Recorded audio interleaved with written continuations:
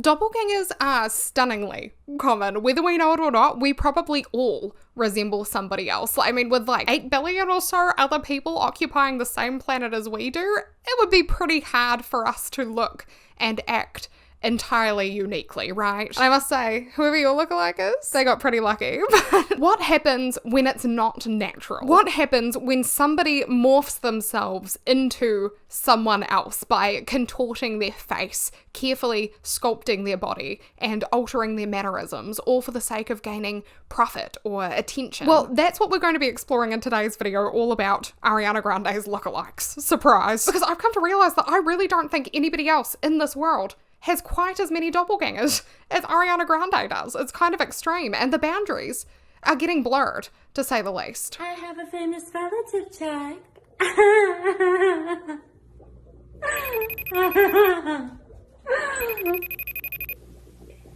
Hey girl. How you doing? I'm good, how are you? I'm sorry, I can't get over your hair. I'm like obsessed with it.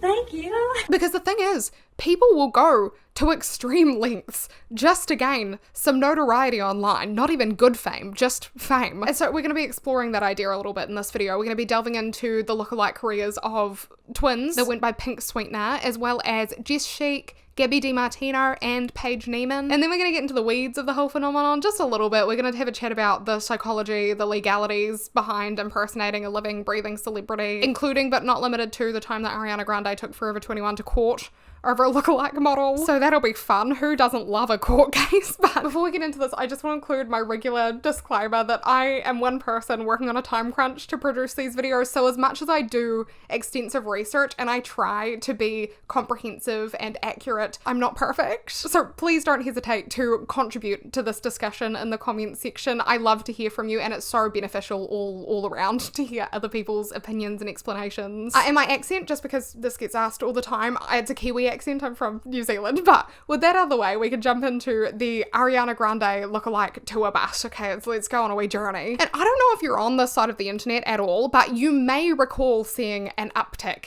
in Ariana Grande impersonators, starting from when she sort of transitioned from being a Nickelodeon actress to being a full-blown pop star. It was between the years of, say, like 2014 and 2020 when she essentially owned, like, she had the long high ponytail and catwing eyeliner, cute crop tops, heels, mini skirts, oversized hoodies, thigh-high boots. All of those things kind of became a part of Ariana Grande's look, and it was so consistent that she wore those things that they became undeniably identifiable as being part of her brand. So some features and styles, they became so associated with Ariana Grande that you could take one glance at a petite girl wearing an oversized hoodie and you'd be like, oh, it would just like light up the Ariana Grande circuit in your brain and you'd make the connection. And these were pretty basic things, but Ariana's fashion sense, her makeup style, her light, breathy voice, even her style of writing with like all lowercase characters, all those airy-fairy emojis that she uses, they quickly became immediately recognizable as being hers, no matter how basic they really were. She just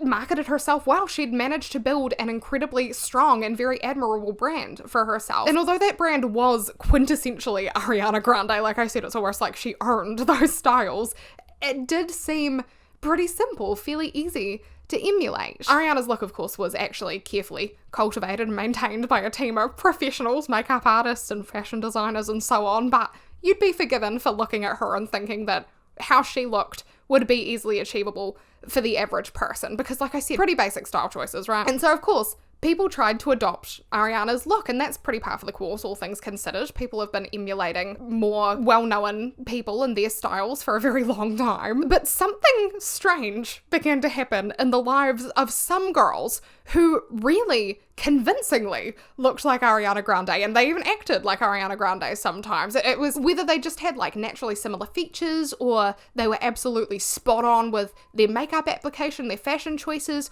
or whether they were so obsessed that they were able to copy Ariana's speech and her mannerisms as well as her look. It didn't matter. Social media users just flocked to their pages like seagulls to chips on the beach because they were like, this is interesting. So basically, in return for the efforts to look and sometimes even act like Ariana Grande, these insanely accurate copycats were being doused in attention. Whether what they were doing was healthy or not was not the primary concern of onlookers. They were just like, wow, that looks like Ariana Grande. You know, there was definitely some fascination surrounding these lookalikes and their choices. And because people were questioning things like that, they had this high level of engagement on their pages, and they just boosted them to the moon, to be honest. Some of them got really popular. It was to the point where they even had journalists and brands and event organizers reaching out to them because they looked like Ariana Grande. They were, I guess you could say, making a name for themselves off the back of someone else's name. It was very strange. Like, I wouldn't even say it was a symbiotic relationship. It was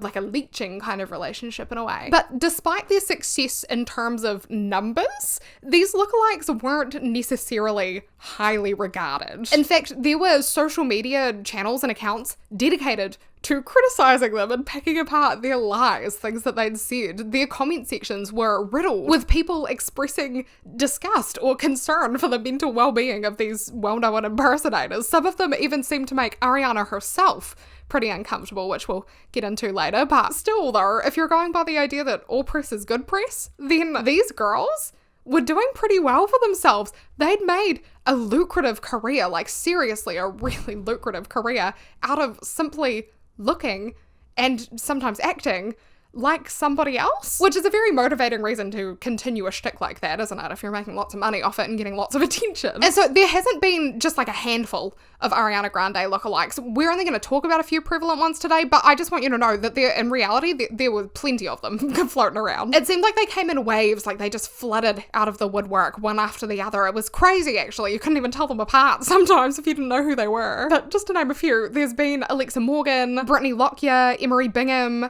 Jackie Vasquez, and the list goes on. I mean, seriously. Sniper Wolf even made a few videos about the phenomenon back in 2018 because it was just such a common thing to see online back then in certain circles, which is like bizarre to think about. I did try to watch as like a time capsule of sorts to put myself back in the era, but I'm definitely not the target demographic because it hurt my ears, so I gave up. I have been seeing so many videos on this. Girls trying so hard to be Ariana Grande. An Ariana boo. A person who isn't Ariana Grande but dresses like her and tries to act like her. Oh my god, which one is the real one? The second one. Is that the real Ariana? Which one is there? Wait, both of them are Ariana. You're telling me that first person is not Ariana. I am shook. But a pretty tame example of Ariana Grande lookalikes, honestly, were Taylor and Mackenna. They were also known as Pink Sweetener, and they were identical twins that even their friends couldn't tell apart sometimes. So I guess you could say that they're well-versed in the trade of being doppelgangers. Been doing it since day one. Got a long history on their resume. But they took things a step further in 2019 when they both decided, as a collective, that they wanted to step into the shoes of Ariana Grande. Quite literally. So this is our mini shoe collection here.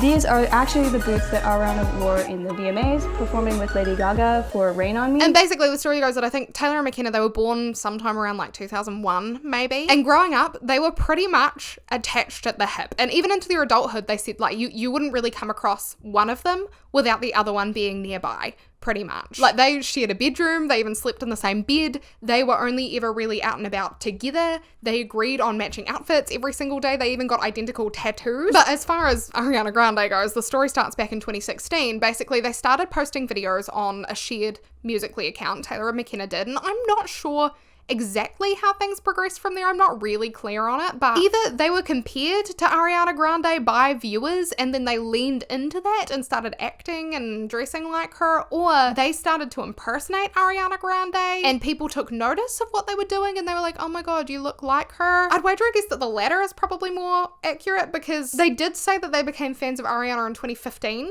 which was the year before they started their Musical.ly account, and with that considered, it's not really far-fetched to think that these two teenage girls would start to adopt some of Ariana's mannerisms soon after if they really liked her, but I don't know. All I know is that Musical.ly died a fiery death and it merged with TikTok around 2018 maybe. And from what I heard, by the time that Taylor and Mackenna migrated to this new platform, TikTok, around 2019, they appeared as completely transformed Ariana Grande clones. Basically, they went from pulling from the Ariana Grande aesthetic to smothering themselves in the Ariana Grande aesthetic. Like, they just were Ariana Grande. And they really fell into this Ariana Grande rabbit hole. Like, within a few years of doing this, they had an estimated 400 matching Ariana Grande inspired outfits in their wardrobe, including 4 or 5 exact replicas that they'd actually handmade, which, to be fair, is pretty cool. I think making stuff is such a talent because I just can't do it. But alongside that, they also owned every single Ariana Grande perfume that they could get their hands on. They had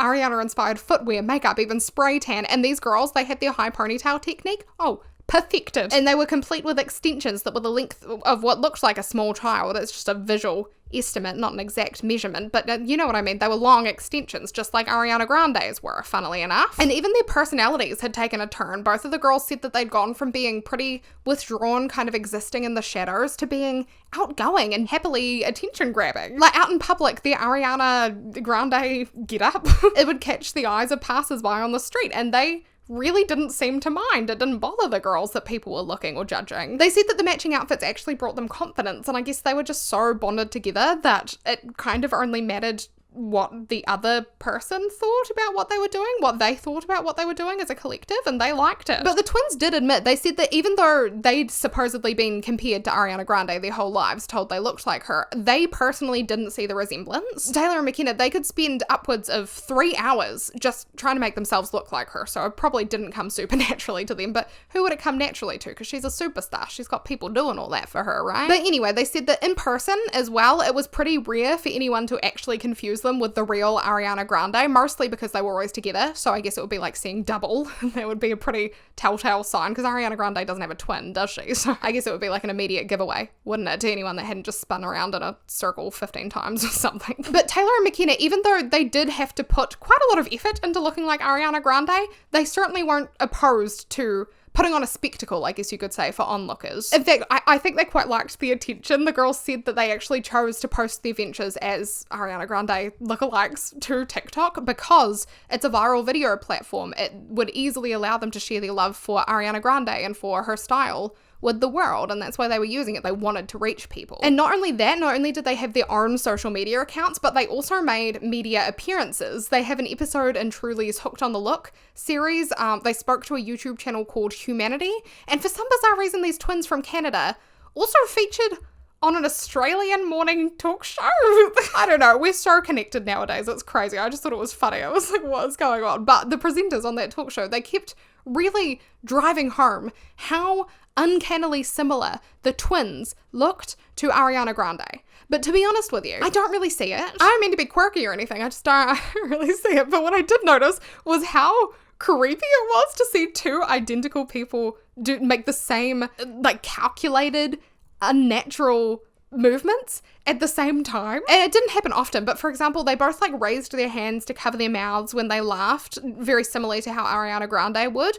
But it almost seemed mechanical, like it really unnerved me. But I will say that Taylor and Mackenna, they didn't mimic Ariana's voice or anything like that. In the end, you could really separate Ariana Grande from the twins quite easily upon speaking to them or hearing them speak. But we didn't start dressing like her until, was it like 2 years ago? Yeah, until 2 years ago. So it's not like they swallowed Ariana's identity whole or anything. They were just like styling themselves like her. And in these media appearances that the twins did, they did share their intentions with their social media presence and, you know, looking like Ariana Grande, and they said basically that what they wanted to do was make people smile. They said that they hoped that their followers would feel like they belong somewhere and like someone was there for them when they spent time watching their content. To Humanity, the girls said that they hoped to inspire others to be who they are and to love themselves that way as well, to accept themselves. They wanted to encourage people to dress how they wanted to and to stay true to themselves no matter what anybody else might say to them, which could be considered ironic depending on whether you think these girls just liked to cosplay as Ariana Grande or whether they were actively escaping themselves by playing dress up as Ariana Grande, if you know what I mean. But that aside, Taylor and Mackenna, they shared that they are flattered to be compared to a woman who is as beautiful and as successful as Ariana Grande, although they have said that their platforms did get hit pretty hard by negativity. Things started off pretty positive, they said, but as their TikTok grew from 0 followers to 80,000 followers, more and more critics just kind of started piling on the bandwagon. And to Taylor and Mackenna's credit, Ariana Grande lookalikes, they get their fair share of hate and criticism, and the twins did take it on the chin quite well. What they said about that was that outside of their Ariana Grande personas, they are actually funny people. They don't take life too seriously, and they just like to goof around. So they actually found the hate comments to be quite comical. They said they could even appreciate a real zinger, like, oh, you got us good with that one. But even then, the toxicity could get a bit much sometimes, and it wasn't really warranted either. Like, I don't know, Mackenna said to the Mirror, some people are very supportive and say that we inspire them to be confident, while others react very poorly. Some Ariana Grande fans give us a lot of hate for being inspired by her style. They send us death threats and try to tell us that there's something wrong with us. But then she went on to say, how we choose to dress and do our makeup doesn't hurt anyone, and it isn't anyone's right to tell us what we can and can't do. So Taylor and Mackenna, they remained confident in their choices and in themselves. And despite the negative reactions from the masses, the girls actually built a brand of sorts around their status as Ariana Grande lookalikes. They opened an online boutique. You can visit it at pinksweetenerco.square.site, and on there they sell things like earrings and chokers and hair bows and neckties. Most of the promotional material I saw was just them sort of looking like Ariana Grande adorned in their products. Here you can see one that says, be your own eternal sunshine with the Helios choker. Get yours while quantity lasts. And what I'm presuming is their dog also models their pieces, which is fantastic. They look very glamorous. But Taylor and Mackenna, they actually hand make everything they sell. And you might be able to tell, I'm not much of an accessory girl, like I've got nothing on, but I think their pieces are cute. But interestingly, although Pink Sweetener is still up and running as of today, their boutique, Taylor and Mackenna's stint as Ariana Grande impersonators, I guess it took a sharp decline somewhere in 2024. It seems like they've since abandoned their identity of Pink Sweetener and they've moved on to what you could either call greener pastures or a new obsession, depending on how you view this. But Taylor and Mackenna's shared social media accounts, they've either been deleted and remade or just renamed to IVS. And as of late 2024, they focus entirely around K-pop. And funnily enough, now I see their resemblance to Ariana Grande more than I did when they were dressing like her. So I don't know how that works. And to be fair to Taylor and Mackenna, they're not just emulating one specific person anymore, they're just kind of part of a fan base. And throughout all of this, actually, throughout their stint as Ariana Grande lookalikes, they have demonstrated a lack of a compulsive need to cosplay. I don't think they had to be Ariana Grande, do you know what I mean? The one consistent theme that I've picked up on when it comes to Taylor and Mackenna is that they enjoy styling themselves and they like to produce social media content. So I can't really comment on them, right, because I don't know them as people. I literally don't even know what they're like outside of the public eye, but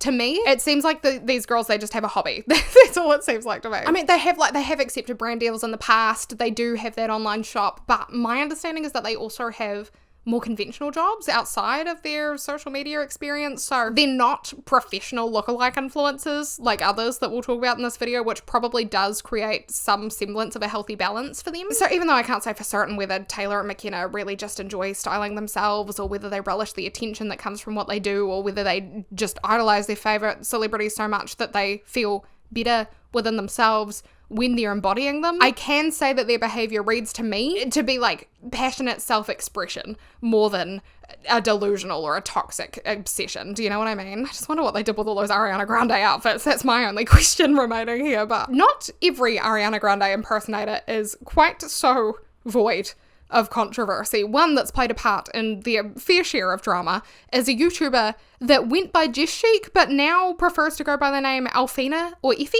So we'll be calling her Effie from now on. Now, I'm not going to go as in-depth into these people that we're talking about today as I normally do, just because we're covering a lot of people, and I do want to save a little bit of time for a chat at the end about the legalities and the psychology of all of this. But what I can tell you is that Effie could be considered the ringleader of the Ariana Grande lookalike circus, if you will. I don't know. She was certainly one of the first people to adopt Ariana's style and her mannerisms and go viral for it. So Effie was kind of doing it before it was almost expected, I guess you could say, before it was like, it became normalized by the existence of so many copycats. She was an OG. She was out there doing it. So I think everything really kicked off in the public eye for Effie in 2016. But before I tell you about what happened then, I need to set the scene for you a little bit, just in case you don't know much about Ariana Grande. But what you need to know in this case is that that girl has been single-handedly keeping Disney World and Disneyland open for years at this point, I swear. She visits those theme parks frequently, and I think it's a requirement for every single person she dates to attend with her at least once. I think they must sign a contract or something, because there's photos of Ariana Grande wandering around those parks with Jai Brooks, Big Sean, Mac Miller, Pete Davidson, even Slater, which honestly, girl, I'd do it too if I could. Like, it seems like a fun day out. But sneaky sightings aside, Ariana has personally posted to her social medias about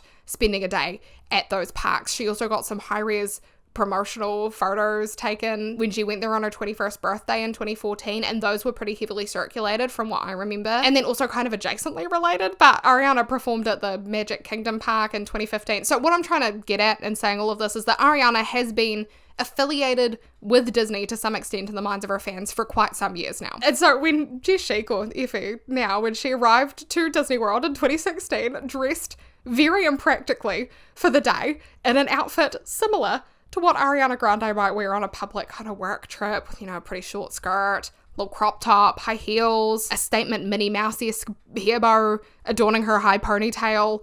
Well, that caught people's eyes, didn't it? Because undeniably, Effie had perfectly manicured herself to look like Ariana Grande at a place that Ariana Grande might feasibly be. And Effie, she said that she'd spent a good chunk of her life being told that she looked like Ariana Grande by this point. So you'd think she'd kind of have an idea of what she was getting herself into by dressing in Ariana Grande garb at Disney World. But actually, she shared later that that day at Disney World ended up being crazy and overwhelming for her, just unexpectedly. She said. Didn't expect it. But Effie pretty much, she couldn't get a moment's peace at the park because she was being mistaken for Ariana Grande just left, right and centre. She was practically being hounded by little girls. They were recording her, walking around, snapping all these undercover pictures of her. And quite a few fans of Ariana Grande's actually begged Effie for pictures, which she posed for without complaint, because I guess she said she wanted to make these super fans happy. But even though she was like meeting and posing with Ariana Grande fans, she did unequivocally deny to them that she was Ariana Grande. It was just that these fans didn't necessarily believe her, because Effie really looked like Ariana Grande. So instead, some fans asked her to sing something to prove that she wasn't Ariana Grande. Well, imagine how earth-shattering it would be to think that you've just met Ariana Grande and then you ask her to sing something for you and she sounds like a rubber duck getting run over by a truck or something. Be like horrifying, such a confusing dichotomy. And I actually did find a clip of Effie singing, so I guess this is what they would have heard if she did give it a go. When you see them racks, they stacked up like my ass, yeah. Go from the store to the booth, make it all back in one loop, give me the loop. But either way, no matter whether she sung or not, Effie did face some backlash, you could say, for her decision to attend Disney World all Ariana-fied like she did. Because even though, of course, she could style herself however she saw fit, so that's not really a problem, but it was just the fact that her intentions did seem pretty clear from the outside looking in. Like, Effie dressed up like an Ariana Grande lookalike. She made content out of her day at Disney World, and she also, you know, she posted videos about the aftermath of the whole situation because she knew that she was causing a spectacle and it was going to get her views. And her efforts did pay off. I started to get a bigger following on social media after my Disney World video went viral. My following went from about 4,000 to 70 to 100,000. That's a lot of fresh eyes on her channel, and it's also a lot of money in her pocket. That's probably tens of thousands of dollars that she made off that one video, not to mention all the aftermath videos. And yet Effie, she deflected accusations that she'd set up a stunt like that on purpose, because people vocally, they thought that Effie intentionally pulled the wool over the eyes of excited Ariana Grande fans, but Effie insisted that no, she didn't intentionally do anything. She didn't make the effort to resemble Ariana that day. She wasn't troubling or pranking anyone. She just simply arrived to the park in the state that she was in, and the situation unfolded as it did, with no intervention on her end. That's what she was insisting. But this whole debacle, like I said, it kind of went viral. Like, it didn't fly under the radar by any means, because people, they were like a mixture of upset and confused, like, what's going on? And so there was actually such a stir caused online that word about what had happened reached Ariana Grande, and Ariana deemed it important enough that she spoke out about the whole thing. She posted a now deleted tweet, and it read, "Yeah, that's just not cool. I feel very badly for those guys, and I wish I could meet them now somehow." So clearly Ariana Grande wasn't buying Effie's explanations either. Like, it seemed purposeful. Because the thing is, right, it would be one thing if Effie just styled herself like Ariana Grande. Conformity is a thing. As human beings, we do naturally copy attributes that we find appealing or attractive because, of course, we want to blend in with that crowd. We want to be one with the people that we think are admirable. But normally it's just not to the extent that we absorb their entire personality, all their mannerisms, everything that makes them them. Do you know what I mean? Especially as adults as well, when we typically have a more solid understanding of who we are as individuals. Like, there's a point, what I'm saying is where it becomes pathological, right? And in isolation, ignoring other factors that we're going to talk about soon that we're privy to, it's not far-fetched that someone could have stumbled across Effie's social media and thought, wow, her behavior is really creepy, that's obsessive, that's weird. Because one thing I haven't told you yet that is kind of relevant is, you know how the twins, they dressed like Ariana, yeah, they maybe mimicked some of her mannerisms, but they kind of just sounded like people. Like, when you heard them talk, they sounded like individual people. Well, this is how Effie was speaking and laughing at the time, and I'll insert a clip of how Ariana spoke and laughed back then as well for comparison's sake. You were 2 years old when that song came out. Getting jiggy with it. 0.7 Kiss FM, Los Angeles. According to all your... This is crazy.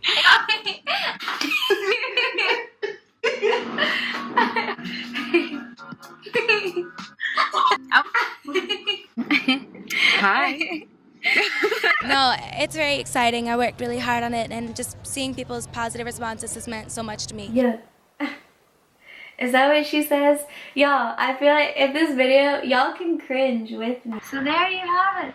She inspires my hair, but not the way you think she would. So yeah, it was to the extent that Effie had like disappeared inside Ariana Grande. It seemed like Effie had studied Ariana to the point that Ariana could mysteriously disappear and Effie could step in to replace her and nobody would question anything. Like, Effie, she dressed up as Ariana Grande for Halloween one year, and it just looked like a regular day for her. Do you know what I mean? She moved like Ariana. She sounded like Ariana. She joked and posed like Ariana. So it was kind of strange. What Effie was doing seemed to go beyond inspiration. It crossed the line into possibly obsession. That's how onlookers were viewing it anyway. But the thing that really rubbed people the wrong way when it came to Effie, that made everyone sort of like stop and stare, was the fact that she seemed to be like in denial about the whole thing. Like, she refused to admit that yes, she was imitating Ariana Grande. No, she was not, she said. Effie was like, I'm merely inspired by her. If that. Like, she'd make it clear that she was not an Ariana Grande fan. She acknowledged the talent that she had, and that was it. Ariana is great, y'all. She's great. I don't have anything against her. I don't hate her. I'm not a big fan. I'm not an Arianator. She does have an amazing voice. She is a great actress. She stands for literally everything I stand for. Effie insisted that she never followed Ariana. She didn't care much for her music. She'd say that she didn't even think that she sounded like Ariana when she spoke or when she laughed, which some of her friends questioned. Others were fully in support of Effie and her claims. I literally love this song. Do you like it or no? Do you like the song? I mean, it's good. Yeah. It's good? Yeah. Okay, this is gonna be like a little bit awkward. You know what I noticed a little bit? What? Not trying to be rude or anything, obviously, you know, like, I feel like you sound like her a little bit. You sound like her. No, not really. I don't think we sound similar. Wait, you haven't listened to the album? Or not? I don't know. I'm not that interested. You're not that interested? No. Are you sure you're not that interested? Jess is like, wait, what's this song? I've never heard this before. And I'm like, what? I idolize. She doesn't. She looks to Ariana for style and stuff. But I'm telling you, while we're driving the car, she has no idea Ariana's songs or like how her interviews go. Like, I'm talking about, oh, do you remember this interview she did? Like, I'm a diehard fan. She just is like looks at her for like a style icon. But as far as her style goes, actually, Effie said herself that she wore high ponytails just because she liked her hair like that, not because they were part of Ariana Grande's staple look. And, you know, of course, she just dressed like she wanted to. There was no inspiration there. You know, when Ariana's style would fluctuate a little, like, for example, she'd gravitate towards darker clothes for some time, Effie would be like, yeah, I've been doing that lately too. But unrelated to Ariana Grande, though. Effie urged her viewers to believe that she had no idea how Ariana Grande did her makeup. She said that she just happened to accidentally own replicas of Ariana Grande's distinctive outfits, and she also refused to admit that she had really any similarities to Ariana Grande at all. There was nothing that I've done that is similar to what Ariana Grande does. But then she'd go out and act like this. Yes, music. Awesome, thank you. Very nice meeting you.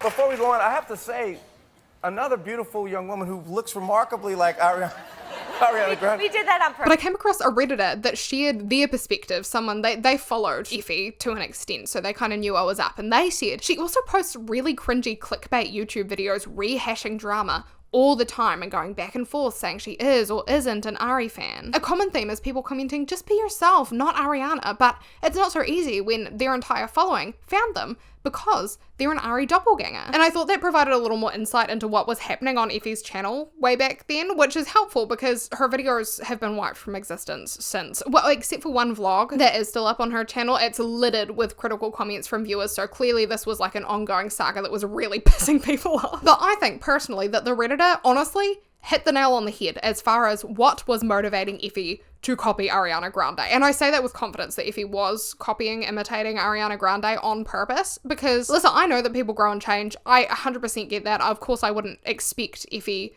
to style herself the same way now that she did back in 2016. But since then, for one, she posted a video literally dedicated to vocal impressions that she can do. So clearly that's a talent that she has. I'm Timmy Turner. Haven't done bubbles in a while. Get really up there. Hi. I know. Cat Valentine. But I think I go a bit higher than how she talks too. Like, Bibble. Or, what's that supposed to mean?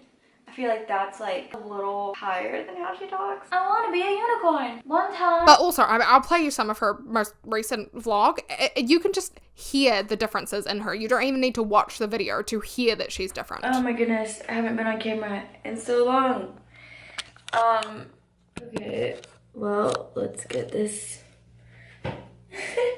Oh wait, you guys can't see anything. I just woke up. This has been a very crazy and like hectic time frame for me just because I feel like everything's going by very quickly and I'm a little nervous and I'm a little scared. My hair looks crazy because I didn't want to re-straighten it because I'm getting it dyed today. So Effie's dropped the act now, right? She hasn't moved on to impersonating anyone else, nothing like that. She's just done with it. And what I think happened with Effie personally is that she just rode the wave until it inevitably collapsed. Obviously, she wasn't prepared to stick with her Ariana Grande impersonation forever, but she did keep it rolling for a while, and I bet she made good money doing that. When it stopped working out for her, I assume she just pulled the plug, left it in the dust. And as for her apparent delusion about the fact that she was totally not copying Ariana Grande, you know what I mean, even though she obviously was, we're all familiar with Rage Bait, right? Like, back in 2016, I feel like YouTube still felt fairly personal and down to earth, so you wouldn't necessarily expect a beauty YouTuber, a vlogger like Effie to put on a show of lies for their viewers for the sake of engagement, but I do think that's exactly what Effie was doing. She played the game, I think, and she played it well, and then she took her short-term success and the attention, the money, and the infamy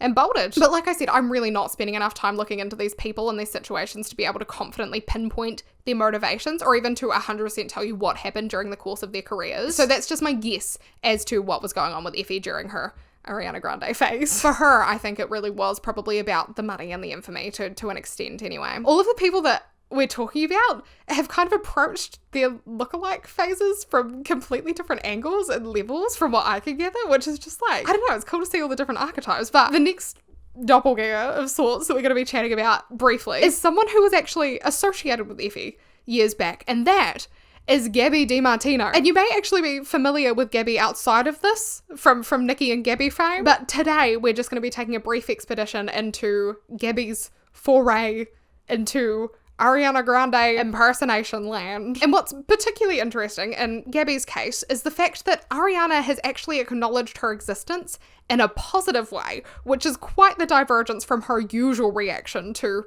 members of the Ariana clone army, so we'll get into that soon. But to kind of introduce you to the situation a little bit, Gabi is self-admittedly a huge Ariana Grande fan. She has been for years. She was actually, if you remember, she was the one vouching for Effie in that one video. She was like, no, I bring up songs and interviews, and Effie's like, no, I don't know what you're talking about, but I love Ariana Grande. She was that girl. And Gabi's kind of unique because she has always kind of had her own brand, her own career going on outside of her obsession with Ariana Grande. Like, she's an influencer in her own right, but there was a point where her followers sort of felt like her obsession with Ariana Grande overshadowed the rest of her personality, and from there people have been like, yeah, it's weird, it's creepy. But Gabi, like I said, she'd been quite the super fan of Ariana Grande for years and years and years, and she certainly didn't hide that fact. Unlike Effie, she referenced Ariana quite a lot. She vocally said that she took style inspiration from Ariana. She attended Ariana's concerts. She even sung covers of her songs. Feels like this remind me of Ariana Grande. Hi guys, I'm Ariana. She's so pretty, I love her. It's weird because I can't fangirl over Ariana Grande. I've come to this conclusion, I don't look at her like a celebrity because I really feel like I'm watching my sister. If I ever saw her in concert, like I wouldn't freak out. It looks like the first YouTube video I ever did, which proves that I've always been a fan, was an Ariana Grande makeup tutorial. I looked in my rearview mirror. Being such a huge super fan, those behaviors are primarily associated with like tweens and young teenagers, and while this was going on, Gabi was in her late teens, early 20s, so she did catch some flack for that. But I mean, if Gabi found like happiness, a safe space in Ariana Grande, then I'm not going to judge that she was invested in the fandom. All I'm trying to communicate here is that Gabi's interest in Ariana Grande had been building for quite some time. And it culminated really starting around like 2018, I think. That's when Gabi started adopting a lot of Ariana Grande's attributes, and some onlookers, like I mentioned, they had found Gabi's initial fan status of Ariana Grande to be a bit weird, a bit overzealous. And so these drastic measures now that she was adopting, they really threw people for a loop. But the thing that seemed to really make headlines for Gabi was a video that she made. It was mid-2018 that she posted this, and it was entitled, I Lived Like Ariana Grande for a Day parody. This video is a popular trend on YouTube where you take like a celebrity's life and you try to copy it and see how you enjoy it, how you like it, whatever. I don't know Ariana. I don't know what her days are like. This is all based off of social media, and I get the vibe that she's just a very chill, like fun girl that loves spending time with her boyfriend. So I'm going to spend today like Ariana Grande, and you guys are going to experience that with me. Again, this is just all perceived based off of online. I know she works really hard. She's a really great singer. She's working her butt off every single day. So I'm not saying that this is like what her everyday is like, because let me tell you, this girl, her everyday is like, holy shit, she never sits down. So bless Ariana. Okay, so here's the video. And this video, like, it wasn't fantastic quality, I can't lie to you, but I do think the response to the video was a bit overblown. It was quite like mean girly. I don't know, I found a video that I think encapsulates the overall audience response to the video pretty well, so I'm going to include some segments of that for context. I'm honestly pretty sure that this girl lives like Ariana Grande every day because she's such a wannabe. Such a wannabe. It's unbelievable. The first thing that I'm gonna do as Ariana is reach over to my nightstand and place my ponytail on my head. I truly feel like she puts it on first thing when she wakes up. So the very first issue with the video that I noticed is that the first thing that she thinks Ariana does is reach to her nightstand and put in her fake hair. I don't know if she was trying to be funny or comedic, or I don't know. You know, I don't know, you guys. But I just found this so stupid. So stupid. I got a moon on my ring finger because I'm Moonlight Day. Those nails are horrible. That color is hideous and that moon looks so bad. Christ almighty, that laugh is so cringy. At this point, it doesn't even seem like she's trying to live like Ariana Grande. It just looks like she's trying to be her. Now, if you guys actually watch the video, it makes Ariana seem so superficial. Girl is 23 years old and she still doesn't know how to be her own person. God, that is just so sad. Girl needs to seriously reevaluate her life. But this whole situation, it really blew up. Gabi got a lot of exposure from this. It was to the point that actually even Sniper Wolf, she made a video about the situation. It was entitled like, Girl Wants to Be Ariana Grande So Bad. She's so pretty, I love her. Oh, so that's how it all started. I get it, man. You love somebody so much, you think they're perfect in every way, and you decide to copy their every move. Can't relate. Dangerous Woman tour.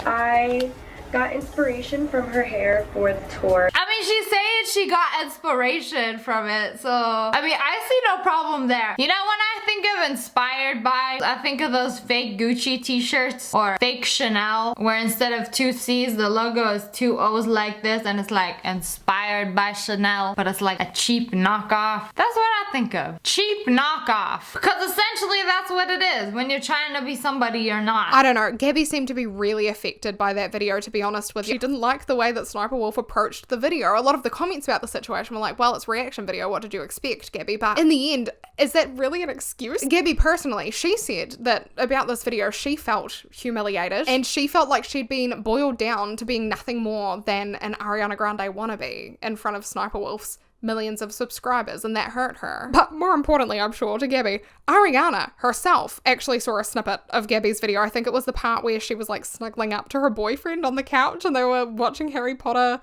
filming Snapchat videos, and she was trying to do that Ariana Grande laugh. I don't know. Either way, whatever part of the video that Ariana saw, she responded on Twitter by saying, yeah, this ain't it.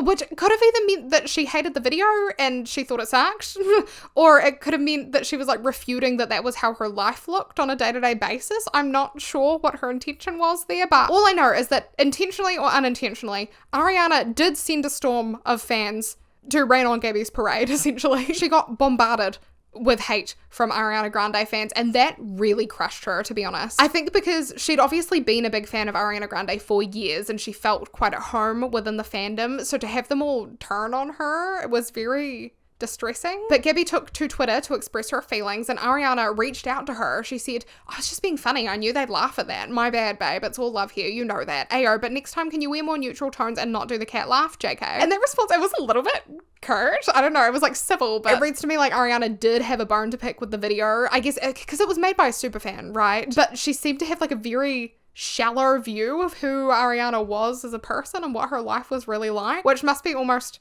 a bit insulting to watch. But Ariana probably did want people to lay off of Gabi because she didn't really hurt anyone with her video, do you know what I mean? The onslaught of fans coming at her was a bit much, especially because Gabi, unlike Effie, she was not in the business of rage baiting Ariana Grande fans. She was actually really, really vulnerable with them. In response to the honestly dire backlash that Gabi faced over this silly video that she made, she wrote a statement, which I'll read you some of. It said, I've always had an identity problem growing up as a twin. I always leaned on Ariana's style as my backbone because that's what I felt comfortable in, and the style is what made me happy because it was better than being blended in with the same person my whole life. I own up 100% for ever being too inspired, and I admit that is a problem which will be worked out. And she continued, I'm truly sorry for those that have been offended by my video. I had good intentions, and it was a paid sponsored video where what I did was pre-planned and specified by someone above me. I am learning every day. Please give me a break and please accept me in my apology. I will love you even if you are hating on me because you are shaping me. Every day I'm being pushed to find my individual, and that is okay with me, even if I'm bullied for now. Which honestly, it blows my mind to think that Gabi felt the need to post such a desperate apology over some goofy video she made. And I do have sympathy for Gabi in this, I don't know her, but in this situation, I get it. Like, people can be very judgmental when their peers fall behind where they're supposed to be, you know, when they don't fit into like what's expected of them. But the reality is that we all have our struggles. We all grow and mature at different rates, and overcoming things as well, like a struggle with identity, that's gonna be messy. So I really do feel empathy for Gabi in this situation because I think the punishment far outweighed the crime. Like, why did we care so much? Well, I wasn't there, but why was it such a big deal? I don't know. But still, in amongst this controversy that Gabi found herself in, it seems that a professional acquaintanceship of sorts may have blossomed. I don't know. Basically, Ariana reached out to Gabi via Instagram DMs a few months later, sort of end of the year, and she said that she wanted Gabi to feature in her Thank You Next music video, which blew Gabi's mind considering the previous interaction that they'd had. But Ariana clarified that basically she wanted her fans to be taken aback by Gabi's inclusion in the video. She was hoping to surprise them with the fact that, like, oh, they're actually cool with each other, and she wanted to show that Gabi could laugh about the whole thing. So, good explanation, I guess, but this was all very last minute. Like, Gabi had to fly out quick speed because the shoot was literally the next day. So it almost seemed like Ariana was sort of totally unprepared, actually, for Gabi to be involved in the whole project somehow, even though she'd thought through the reasons that Gabi should be involved in the project. But what some people have theorized happened is that Gabi actually ended up filling the role that Madison Beer was supposed to play in the Thank You Next music video. If you remember that there was this whole ridiculous drama about Madison Beer saying that I was supposed to be in the video. I'll play the clip for you for context. I feel like I hate saying this because then everyone on Twitter is like, you're lying, I hate you. I was supposed to be in the video. Really? Who were you gonna be? Because I was in Miami. I know when they were filming it, I was in Miami, but like, she told me the whole concept and was like, yeah, like we're doing this whole Mean Girls thing, and I was in my room in Miami, and I was like, fly back to LA right now. Girl, Wait, who are you gonna? But no matter how it came about that Gabi was going to be involved in this video, she was incredibly grateful for the opportunity, and she sort of conversated back and forth with Ariana Grande, and she was just enamored with her charm and her kindness. And so she flew out and she spent the very next day filming for the Thank You Next music video. And Gabi vlogged, she vlogged a little bit during her time there, which was a cool sort of look into the behind the scenes of the set. It wasn't like the sort of polished behind the scenes view that you get in Ariana Grande's official behind the scenes. And in Gabi's video, you can also see her interactions with Ariana, which were kind of few and far between from what we saw. There's this clip of Ariana yapping to Troye Sivan right in front of Gabi, and Gabi just kind of stands there nervously twiddling her thumbs, and then they get a selfie together. In the next clip, Gabi continues to stand awkwardly near Ariana. I guess there was like a group talking about something, and then next you see them sharing a wee embrace. We do have one more. And then finally Ariana fed Gabi some lines to say and told her that she looked pretty when she said them. Ariana says, honest to God, knock me out. So I decided to knock myself out. It was so awesome. Can you try? Ariana says, honest to God, knock me out. So one time I punched myself. It was awesome. Is that good? Yeah, perfect. Oh, Can we raise the So why am I crying?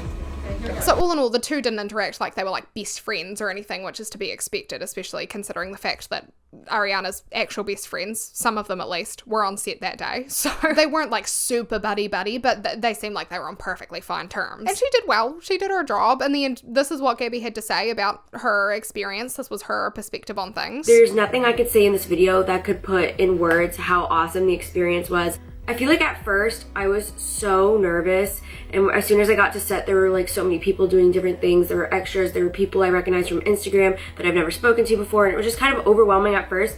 But Ariana really made me feel comfortable, and honestly the sweetest. She made this really easy for me. I've never done anything like this before, but yeah, this was just crazy. And again, thank you Ariana for thinking of me to be in your video. You don't know what's gonna happen in life, so just keep doing you. Don't listen to people that think they could tell you what to do with your life.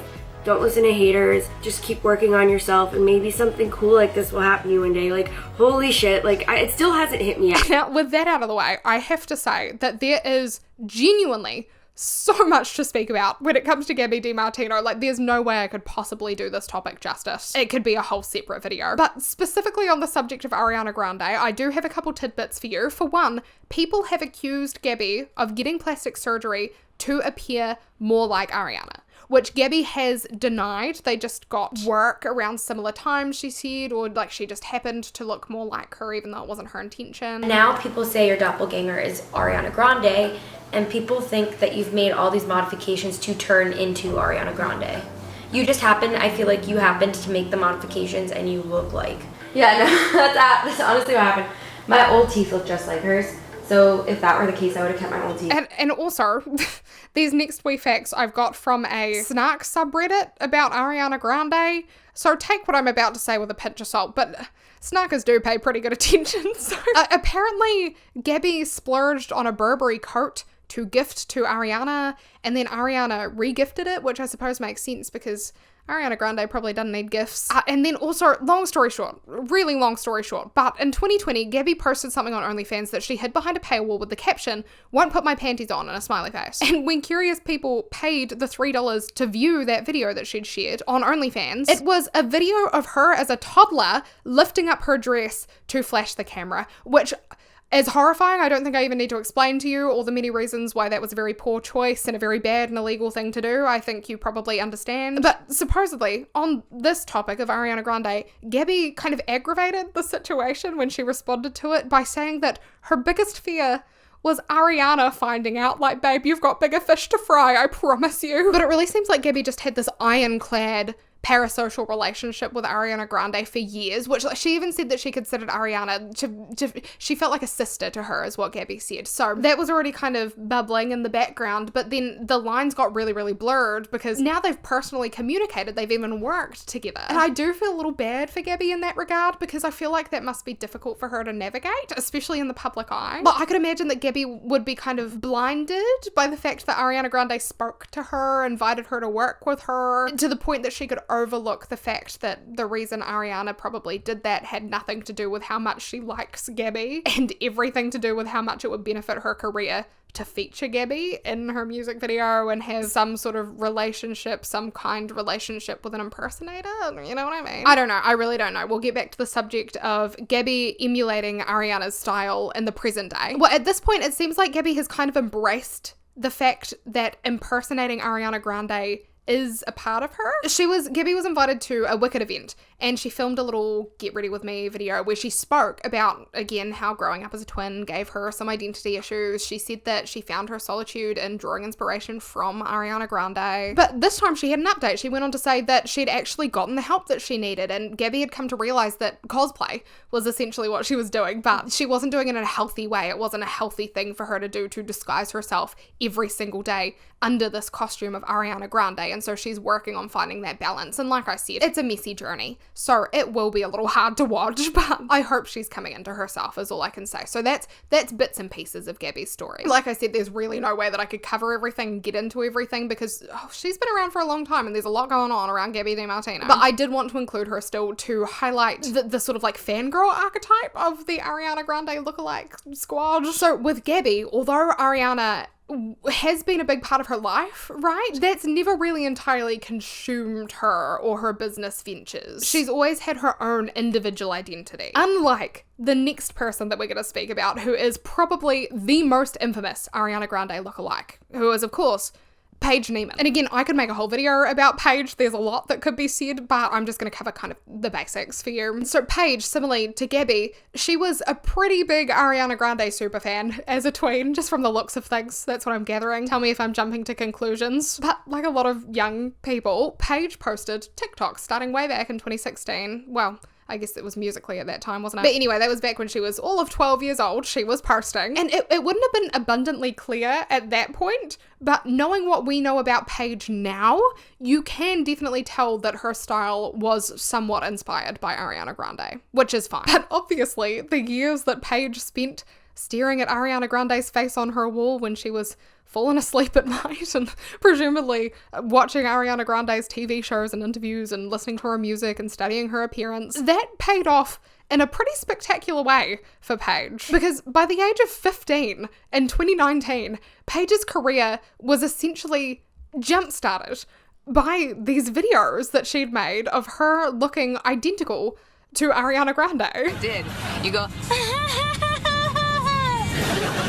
don't laugh like that. Puppy's wearing sunglasses.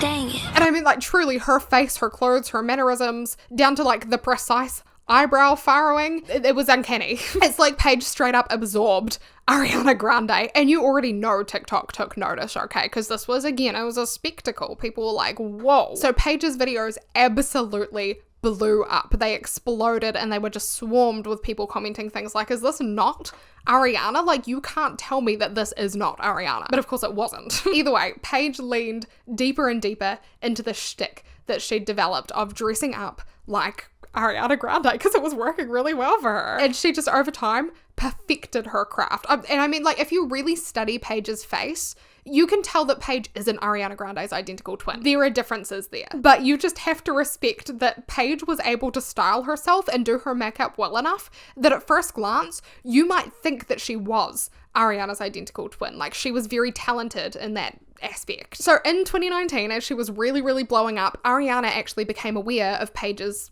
internet presence, and she tweeted about it. She said, I just wonder why the cat voice and the cat dialogue. I'm sure she is the sweetest sweetheart for real, but it's definitely bizarre seeing people blend the two worlds. Lamau. I guess it was a little weird to see Paige, because she'd dress up as current day Ariana Grande with like the high ponytail, brunette hair, all that, but she'd lip sync to Cat Valentine sound bites. Maybe because she was just a baby, like she was so young that genuinely was what she was interested in with Ariana Grande. Not that you have to be young to like Victorious, but she might have been a fan of the show at the time. Either way, I think that Ariana Grande made a pretty low level observation as far as things go, but people, her fans, they made a really big thing out of it for some reason. Like I've seen it quoted quite frequently that Ariana Grande thinks Paige Niemann's imitation is bizarre. But that's not really what she said. She didn't say, it could have been what she was thinking, but it's not what she said. She said she found it bizarre that she was dressing as Ariana Grande now, speaking like Ariana Grande in character back then, you know? But regardless, Ariana Grande didn't just publicly mention Paige and leave it at that. She also DM'd Paige. And she told Paige that she was flattered. She said that Paige was beautiful in her own way, and she told Paige that she was proud of her. She even offered to meet Paige. Ariana said that if Paige was planning to attend her Sweetener tour, that they could grab a hug, basically invited her backstage, which I'm sure that meant a lot to Paige at the time, although she did not have tickets to the Sweetener tour. Fake fan. I also didn't go to the Sweetener tour. But Paige quickly became accepted as the queen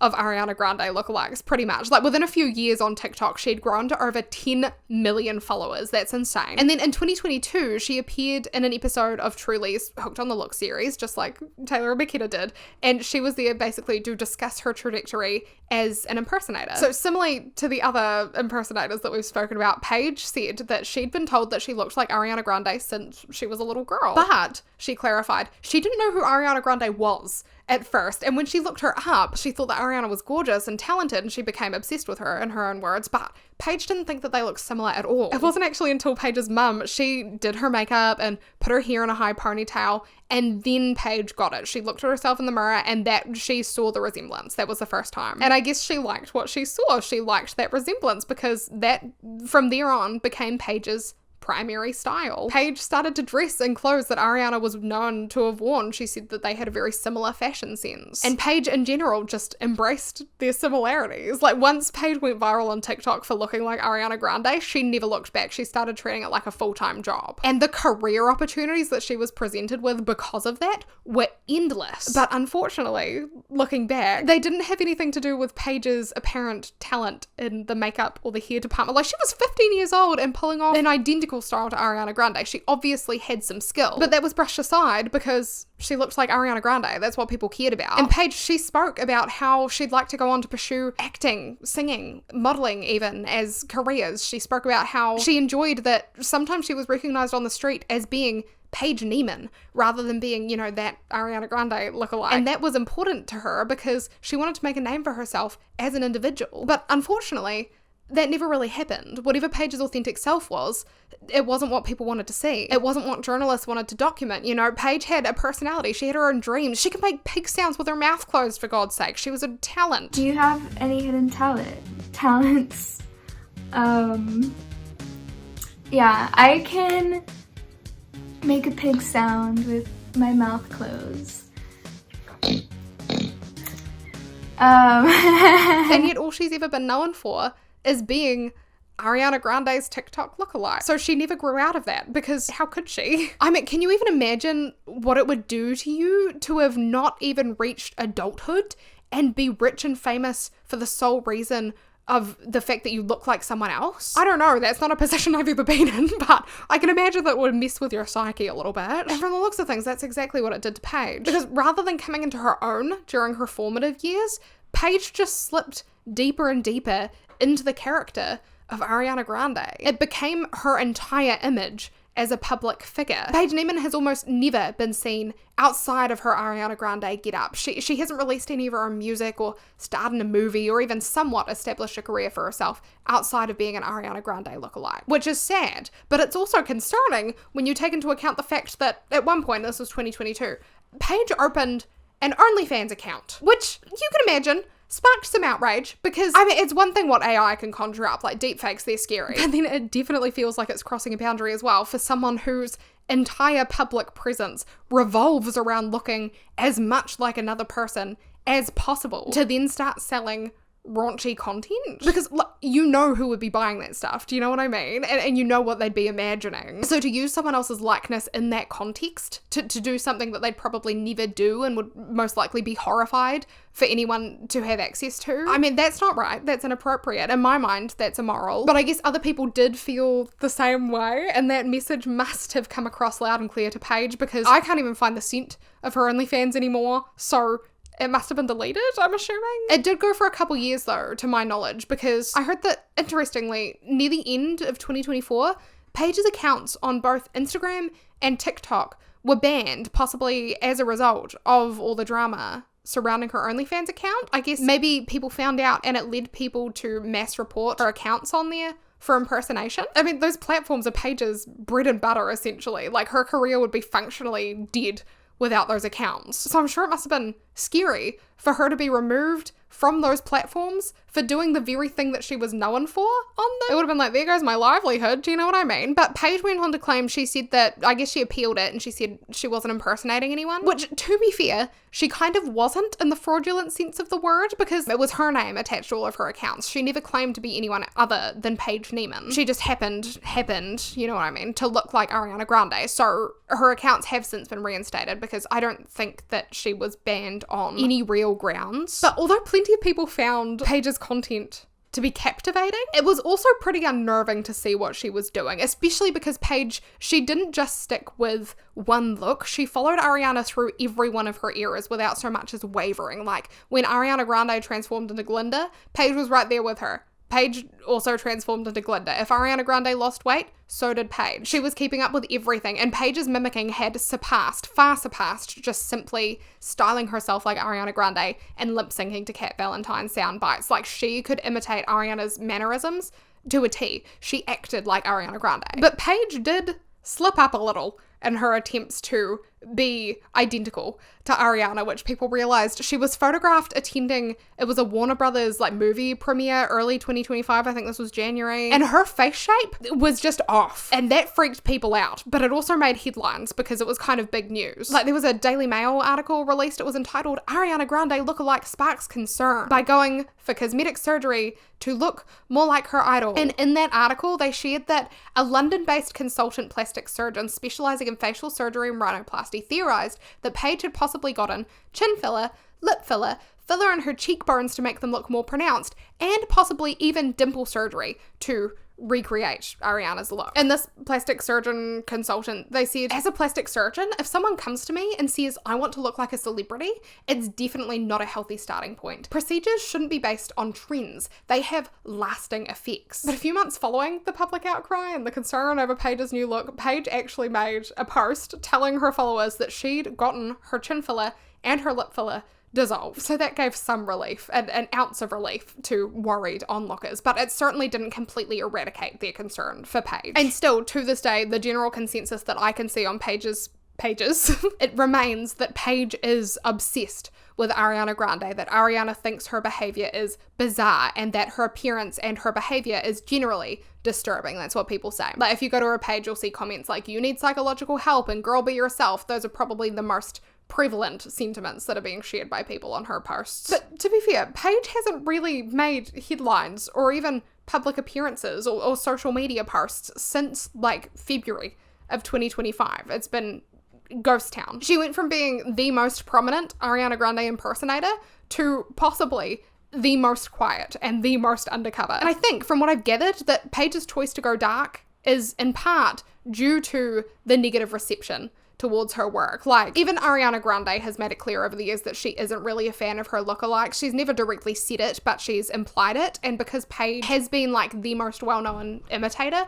of Ariana's, she did take the brunt of damage. But Paige has been quoted as saying, I think this was maybe like February 2025, that she had gotten used to Ariana sort of shading her, but that her intention was pure. It was just to entertain people. And she went on to clarify that she doesn't actually dress like Ariana Grande or act like Ariana Grande in her real life. It was just for content. And honestly, Paige said, she wasn't even really a fan of Ariana anymore. And since then, like I said, around February 2025, so almost a year ago we're coming up to, Paige has only posted twice, both of which are photo slides of Paige partaking in generic trends, like reminiscing about her childhood. So I wonder if the tides have sort of changed in Paige Niemann's career. I wonder if it's even possible that she'll abandon social media for good. Which, to be fair, growing up on social media, especially in the niche of impersonation that she was in, it probably wasn't very healthy for her. So if she did want to step away from that world, I certainly wouldn't blame her. I think that would probably be for the best. It sounds like Paige actually is putting an end to her career as an Ariana Grande impersonator. Hopefully she can put her skills to use in a way that makes her happy. But either way, that's where we're going to leave off for now regarding Ariana Grande's specific lookalikes. We've kind of taken a tour around that world, I'd say. And what I want to get into now is more so the legalities of and the psychology behind doing all of this. And we're just going to take a very brief pit stop to each of these topics because otherwise we'll be here all day. You know how I go. But as far as the legal side of things, I thought, you know, to openly extract someone's identity and then use it to partake in your own business practices, there must be a legal grey area there, right? For stuff like that to happen. Because tribute acts, of course, are plentiful. I'm well aware of that because I live in New Zealand and nobody really tours here except for tribute acts. So actually, the first concert I ever attended, it was a Miley Cyrus tribute act. I was like 5, right? And I remember meeting Miley Cyrus and being so confused because I knew that it wasn't really Miley Cyrus, but then I was like, how can you be Miley Cyrus if you're not the real Miley Cyrus? And my confusion has kind of only intensified since I've gotten older because, like, most recently I heard about a Taylor Swift tribute act and I was like, well, how does that make sense? How does that work? Because the real Taylor Swift has literally like just wrapped her ears to it. I understand that the whole idea of these tribute acts is that they sell themselves as being, for example, they're not like, I'm Michael Jackson. They're like, we're the Michael Jackson experience. So I understand that they're not completely infringing because they're not like, I am this. They're like, I'm just inspired by this, right? But as much as, of course, I support tribute acts because Taylor Swift is never going to come to my home city, at least we can have a taste of something nice. I question, like, surely they are still encroaching on the rights of the original artists. And yet, something tells me that there's not much that the artists can do legally to combat the existence of these tribute acts, because otherwise, they'd probably take their very expensive good lawyers and do something about it. Because we know, right, that Ariana Grande has expressed some discomfort around her impersonators and her lookalikes, and just recently even she's acknowledged again, albeit just barely, that it's not necessarily something she's happy with. Have you ever confronted anyone who's impersonated you? No. Have you ever wanted to? Yes. In a fun way. Because what I've gathered reading between the lines of Ariana's statements is that she kind of thinks that her lookalikes, they make her seem very flat and very two-dimensional when she's obviously so much more than the traits that they tend to boil her down to. And generally, I guess they just make her feel unsettled, which I completely understand. Like, I think our identities, they're very personal to us, of course, and then our art also tends to be very personal to us, and Ariana's identity and her art are very much intertwined. So whenever she has a lookalike, they're ripping on both of those things, and they're doing it in a very, like, dulled down way, which has got to feel weird, because I guess, like, they say imitation is the sincerest form of flattery, because like, at its lowest level, it's probably a little frustrating, but then the degree that it's being met by social media pages like Paige Niemann's, I don't know, that probably feels pretty creepy, actually. But then it's not a crime to make someone uncomfortable, is it? No, it's not. So I guess that's not illegal, technically, but what about the fact that these lookalikes also kind of encroach on Ariana's territory? If you know what I mean. Like, Ariana Grande is a working artist. She is filling the Ariana Grande market herself by releasing songs and making movies and doing media appearances. And then lurking in the shadows of all her hard work and this, like, empire she's built are all these people that are profiting directly off of her likeness, but also being themselves. Like, they're essentially budget Ariana Grande. Is that a problem? I don't know. Because Forever 21, they did actually run into some legal trouble when they hired a model that bore a strong resemblance to Ariana Grande. They hired her to promote some of their products. But basically what happened there is back in 2019, there was an endorsement deal that fell through between Ariana Grande and Forever 21 because they refused to pay Ariana what she was worth to sell their products and to promote their brand, which was probably, if I'm guessing, a load of money. And Forever 21 at the time, they were drowning in debt so badly that they were gearing up to file for bankruptcy. So I can see why that deal didn't end up going ahead. But Ariana Grande's team, they were jump scared when Forever 21 decided, well, if we're not going to arrange anything with Ariana's team, then we'll just go ahead and do it ourselves anyway. Because what they'd done, they launched a promotional campaign featuring a model that looked very similar to Ariana Grande. But then on top of that, they were also using the very popular Ariana Grande 7 rings, also known as tiny charcoal grill aesthetic, to really drive their intention home. And listen, I'm not sure whether Forever 21 thought that Ariana Grande's team were the 3 blind mice or something, like they just wouldn't notice. But that, in tandem with the fact that they also inserted lyrics and audio bites from 7 Rings into their advertisements, obviously that didn't go over well with Ariana Grande's team. And so they sued Forever 21 for $10 million in damages. If Forever 21 weren't sure that they were going to have to declare bankruptcy before, then they were definitely going to have to after that. So that must have been a real thorn in their side. But the idea behind the lawsuit, what I'm trying to paint for you, it wasn't entirely the fact that they hired a model that looked like Ariana Grande. It was more so they were using these unauthorized marketing materials that could have led consumers to believe that Ariana Grande was endorsing their brand when she was actually doing nothing of the sort because they were far too poor to hire her for that. And although like on the surface, the case might seem a little bit frivolous and some off legal, they clarified that actually Ariana's team were well within their rights to sue. Because they wrote, in the United States, common law and legislation recognize that identity can be a valuable property right, and personality rights incorporating publicity and privacy rights are relied on by celebrities to protect their image. And they continued to say, the right of publicity means that you cannot commercially exploit a person's name, image, voice, if distinctive, signature, or likeness without their consent. As for breach of copyright, this is being argued in respect of Forever 21's unauthorized use of her music and photographs. And the trademark action concerns the use of her name, which is also a registered trademark in various markets globally, including the United States. Which, listen, is this identical? No. But is it not very similar to what commercially successful Ariana Grande lookalikes do for work? I don't know. I mean, like, Taylor and Mackenna, they took brand deals with companies that hired them, presumably because they looked like Ariana Grande, because that's why they had a following online. And then Paige Niemann literally built a career around the premise that she was Ariana Grande's TikTok lookalike, right? But I guess what they're doing is kind of tiptoeing on the edge of the thin line between, like, violating Ariana Grande's rights and just styling and presenting themselves in a way that resembles the artist. Because that's fine. Doing that is fine. But violating the rights is obviously a step too far. Because the thing is, like, Ariana, she doesn't own high ponytails or trips to Disney World in high heels and miniskirts, does she? But where the line would be drawn, I guess, is if these lookalikes happen to identify themselves as being Ariana Grande, or if they used her actual image for commercial activities, or if they really fooled consumers to the point that it's feasible that they could be confused for being the actual pop star.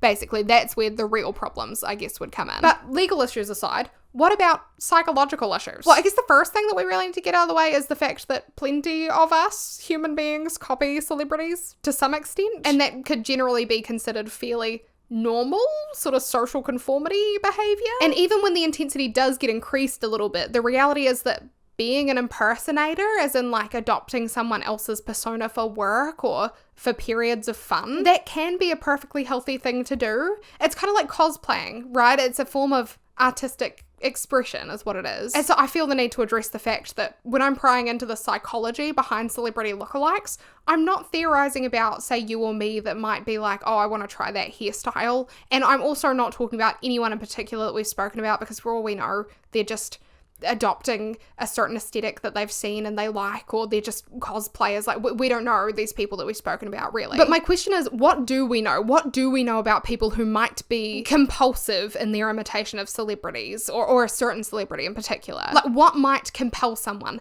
to mimic a celebrity's style or their mannerisms? Well, a term that I came across a lot was celebrity worship syndrome, and that can be defined as an obsessive, or an extreme, I guess, fascination with a famous person. PsychCentral.com, they outline that when something exists on a continuum, such as celebrity worship, it may present in various ways and intensities. Celebrity worship can be mild in some cases. For example, you may name your firstborn child after your celebrity idol, or change the way that you dress based on your favorite celebrity. The obsessive addictive properties of celebrity worship can also present in more intense ways. Having cosmetic surgery to look like your favorite celebrity, for example, could be considered celebrity worship. Harassment, stalking, or otherwise inappropriate attempts at interaction can also be a display of celebrity worship at its extreme. And then another source, there was this Hungarian study. What they found was that this disorder, celebrity worship, it tended to affect females more than males. And they also made an association between problematic internet use, a desire for fame, and maladaptive daydreaming and this disorder. And maladaptive daydreaming is like, it's a coping mechanism. It can lead to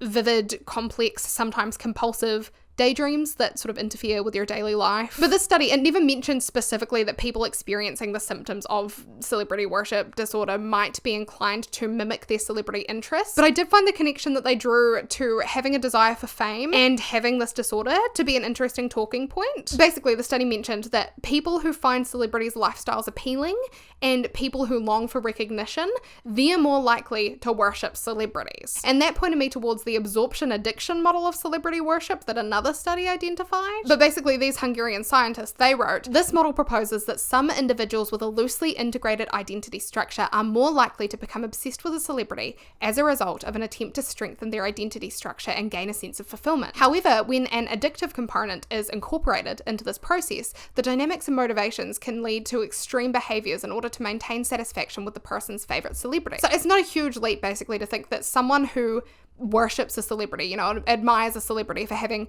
everything that they could possibly want as they see it, could combine their obsession with their strong desire for fame and essentially merge their own flimsy identity with the identity of their idol. And when you imagine the level of confidence, right, and the level of fulfillment that a person might gain from quite literally transforming themselves into a person that they view as being flawless, that kind of makes sense, right? So to tie that all together, basically having a desire for fame, a poor sense of identity, low self-esteem, struggles with trauma, and honestly, just a plethora of other emotional and mental factors. All of that could lead someone down the path of celebrity idolization and worship, and possibly even intentionally absorbing their attributes to an extreme degree. Because pretending to be someone else could feel empowering, right? For someone who is sad or suffering, maybe. And although faking until you make it is a pretty common thing, I'd imagine that it just can't be healthy in the long term.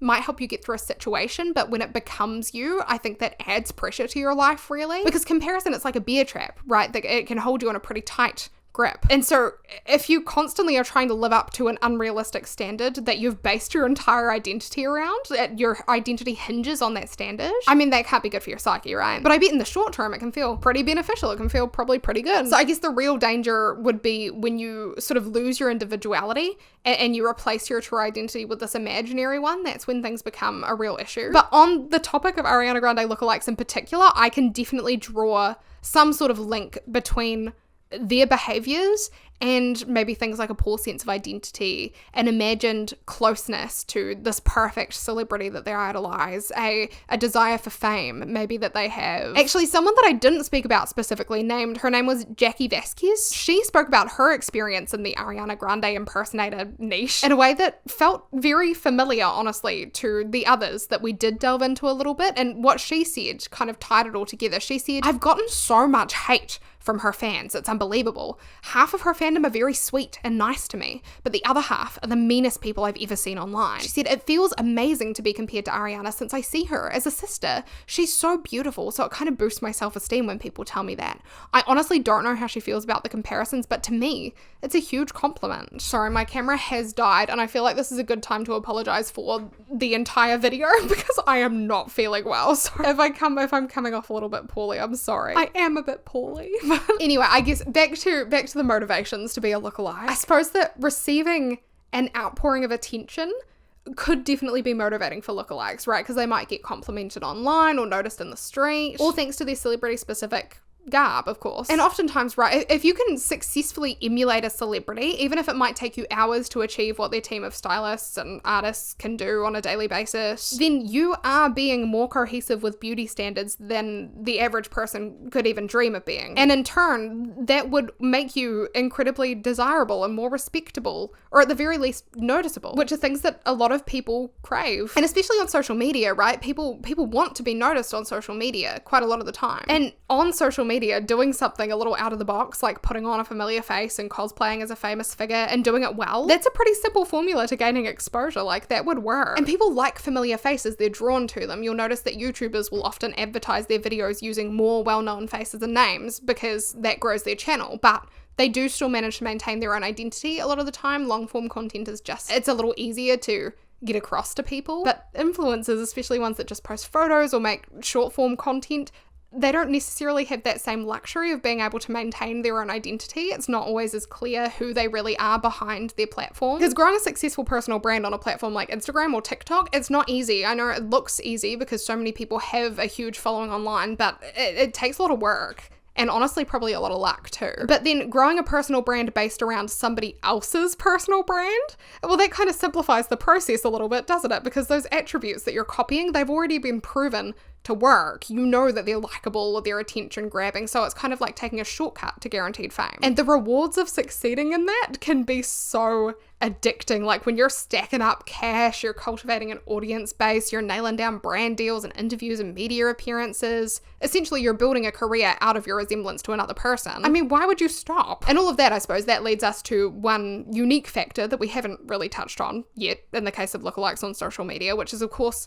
the fortune, the financial gain of it all. Like, why wouldn't you amp up your impersonation to 200% and partake in controversial activities and foster an environment where heavy engagement sort of reigns supreme on your platform if it's making you richer than you could have ever dreamed of being by acting like yourself and being timid and well behaved? I mean, they say don't hate the player, hate the game, and you've got to decide how you feel about that, you know, but in the end, I think that probably is a pretty significant driving force behind a good majority of Ariana Grande impersonators, because there's potential for them to go viral for their antics and reap the rewards from that. And when you get a taste of the high life, right, you don't want to come down no matter what it takes. You want to maintain that. I don't know. That's my take on the dark world of Ariana Grande impersonators. But I am so sorry for, I don't know, my lack of energy, my lack of coherent speech. Like, I'm just not feeling very good. I do apologize, but I hope that this was still a fun journey anyway. I thought this would be something that would be interesting to look into because it's been a phenomenon for quite some time and so many people have partaken in it that I was like, what's going on there? It turns out a lot. But I guess I'll go edit this video now and judge myself the whole time, be like, wow, that was terrible.